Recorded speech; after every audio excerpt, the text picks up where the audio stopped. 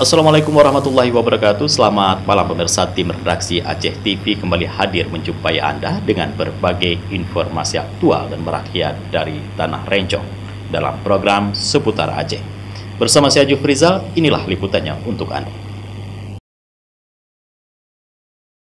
Dalam sambutannya pemirsa, Gubernur Aceh yang akrab disapa Mualim menyampaikan selamat kepada pasangan pemimpin baru ini. Ia mengingatkan bahwa kepercayaan masyarakat harus dijawab dengan kerja nyata dan program pembangunan yang bermanfaat. Mualim juga menekankan pentingnya menjaga keharmonisan antara eksekutif dan legislatif, serta meningkatkan profesionalisme aparatur sipil negara dalam melayani masyarakat.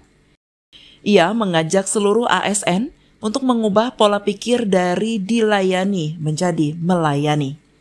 Bupati Gayo Luwes Suhaidi menyampaikan rasa terima kasihnya kepada Gubernur Aceh dan seluruh masyarakat yang telah memberikan amanah kepadanya. Ia menekankan bahwa infrastruktur akan menjadi salah satu prioritas utama dalam pemerintahannya, termasuk akses jalan yang menghubungkan Gayo Luwes dan Aceh Tamiang. Selain itu, pemerintah Aceh juga sedang merancang jalur ekspor langsung hasil alam ke Penang, Malaysia. Mualim menjelaskan bahwa kopi Gayo, kakao, dan produk pertanian lainnya memiliki potensi besar di pasar internasional.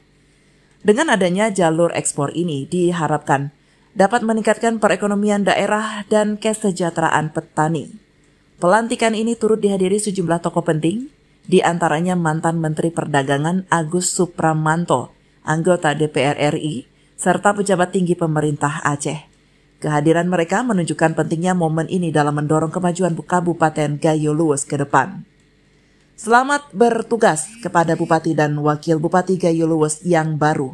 Semoga amanah dan dapat membawa perubahan positif bagi masyarakat. Dari Gayo Luwes, tim liputan Aceh TV melaporkan.